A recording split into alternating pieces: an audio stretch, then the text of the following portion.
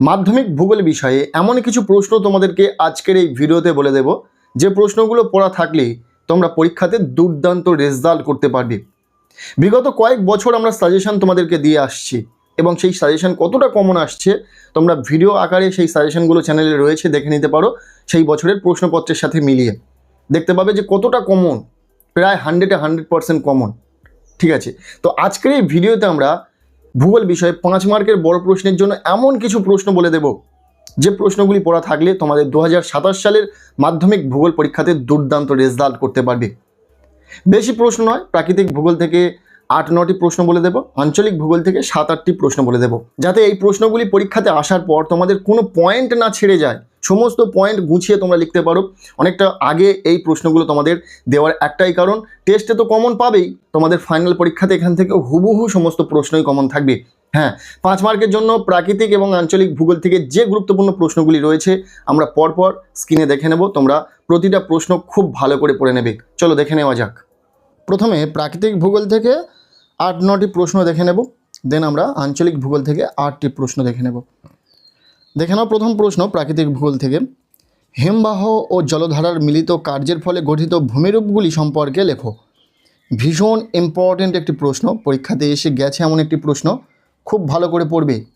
এরপর দ্বিতীয় প্রশ্ন, বায়ু ও জলধারার মিলিত কার্যের ফলে গঠিত ভূমিরূপগুলি সম্পর্কে লেখো। এই যে দুটি প্রশ্ন বলা হলো, এই দুটি প্রশ্নের মধ্যে থেকে একটি প্রশ্ন হুবহু পরীক্ষাতে কমন পাবে, আর পারলে এখান থেকে বায়ুর ক্ষয়কার্যের ফলে গঠিত ভূমিরূপগুলি দেখে রাখবে। ব্যাস, এই 3টি প্রশ্ন পড়ো, এর মধ্যে থেকে একটি প্রশ্ন পরীক্ষাতে কমন পাবে, গ্যারান্টি রইল। আর বাকি যে প্রশ্নগুলি পড়তে হবে, নেক্সট যে প্রশ্নটি রয়েছে, পৃথিবীর নিয়ত বায়ুপ্রবাহগুলির উৎপত্তি ও গতিপথ চিত্রসহ ব্যাখ্যা করো।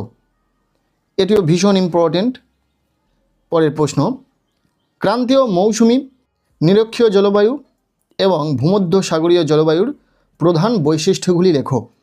এই 3টি জলবায়ুর বৈশিষ্ট্যগুলি তোমাদেরকে জানতে হবে, কারণ পরীক্ষাতে যে কোনো দুটি জলবায়ুর মধ্যে তুলনামূলক আলোচনা করতে বলা হতে পারে বা পার্থক্য পরীক্ষাতে আসতে পারে।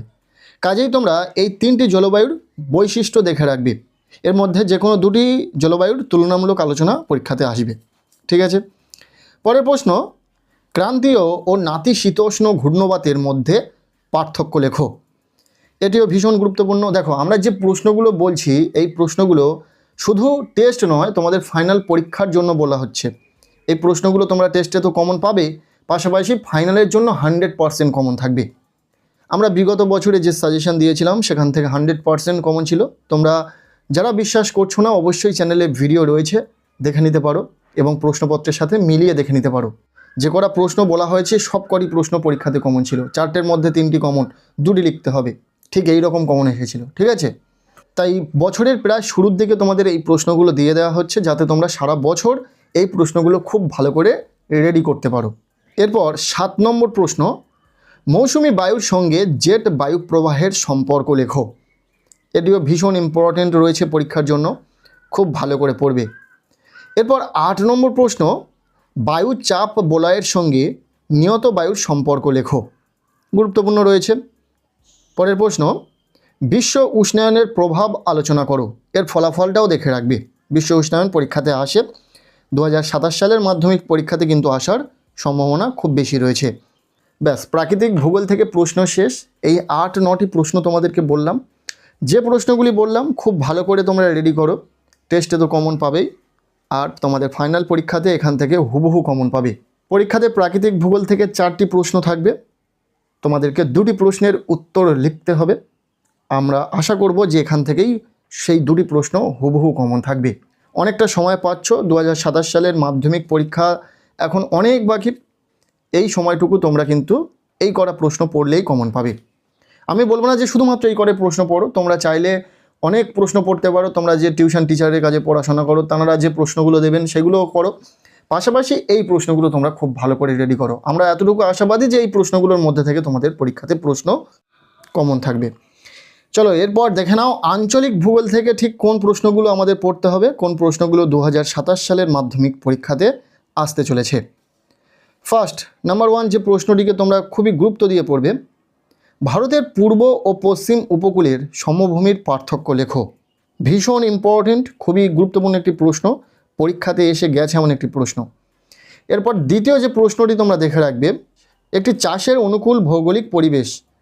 গত বছরে চা চাষের অনুকূল ভৌগোলিক পরিবেশ এসে গেছে, তাই এবছরে তোমরা কফি আর ধানটাকে খুব গুরুত্ব দিয়ে দেখো। আশা করবে এই দুটোর মধ্যে থেকে একটি পরীক্ষাতে আসবে। এর সাথে আরও দু একটি প্রশ্ন দেখে রাখতে হবে, মানে দু একটি চাষের অনুকূল ভৌগোলিক পরিবেশ দেখে রাখতে হবে, সেটা আমরা পরবর্তীতে জানিয়ে দেবো তোমাদেরকে। এখন আপাতত কফি ও ধান চাষের অনুকূল প্রাকৃতিক পরিবেশ গুরুত্ব সহকারে দেখো। নেক্সট 3 নম্বর প্রশ্ন, পশ্চিম ভারতের পেট্রো রসায়ন শিল্পের উন্নতির কারণগুলি ব্যাখ্যা করো।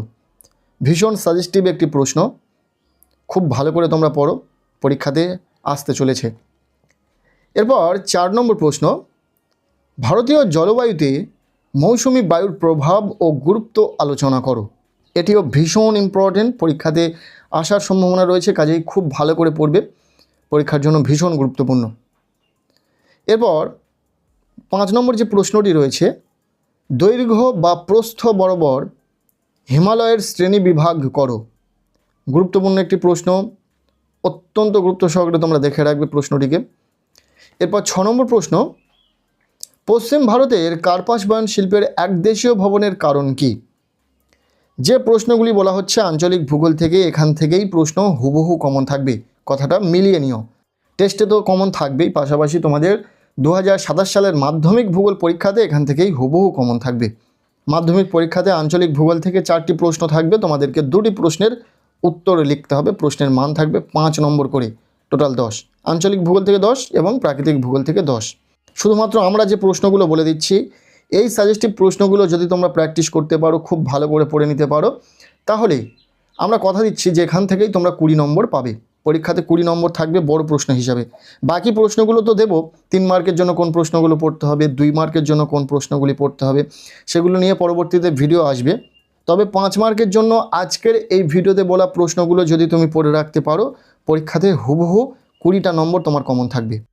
এরপর 7 নম্বর প্রশ্ন, রেলপথ পরিবহনের 5টি সুবিধা অথবা গুরুত্ব লেখো।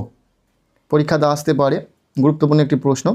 এরপর শেষ প্রশ্ন আঞ্চলিক ভূগোল থেকে, উত্তর ভারত ও দক্ষিণ ভারতের নদ নদীর পার্থক্য লেখো। এই কটি প্রশ্ন তোমরা খুব ভালো করে পড়ো। আমরা কথা দিচ্ছি 2027 সালের মাধ্যমিক ভূগোল পরীক্ষাতে 5 মার্কের প্রশ্ন তোমাদের সমস্তটাই কমন থাকবে। 5 মার্কে 20 নম্বর রয়েছে, 20 নম্বর তুমি অবশ্যই পাবে যদি আজকের এই ভিডিওতে বলা গুরুত্বপূর্ণ প্রশ্নগুলি তুমি খুব ভালো করে পড়ে রাখতে পারো। ব্যাস, আজকের এই ভিডিওটি কেমন লাগলো অবশ্যই জানিও। নেক্সট ভিডিওতে আমরা 3 মার্কের জন্য কোন প্রশ্নগুলো পড়বে, 2 মার্কের জন্য কোন প্রশ্নগুলি পড়তে হবে, পাশাপাশি এমসিকিউ এসিকিউর সাজেশান তো দেবো। তবে আজকের এই ভিডিওতে বলা গুরুত্বপূর্ণ প্রশ্নগুলি তোমরা খুব ভালো করে পড়বে। ভিডিওটি ভালো লেগে থাকলে লাইক করে দাও, চ্যানেলে নতুন হলে চ্যানেলটিকে সাবস্ক্রাইব করে রাখো, আর পারলে ভিডিওটি বন্ধুদের সাথে প্রচুর শেয়ার করে দাও।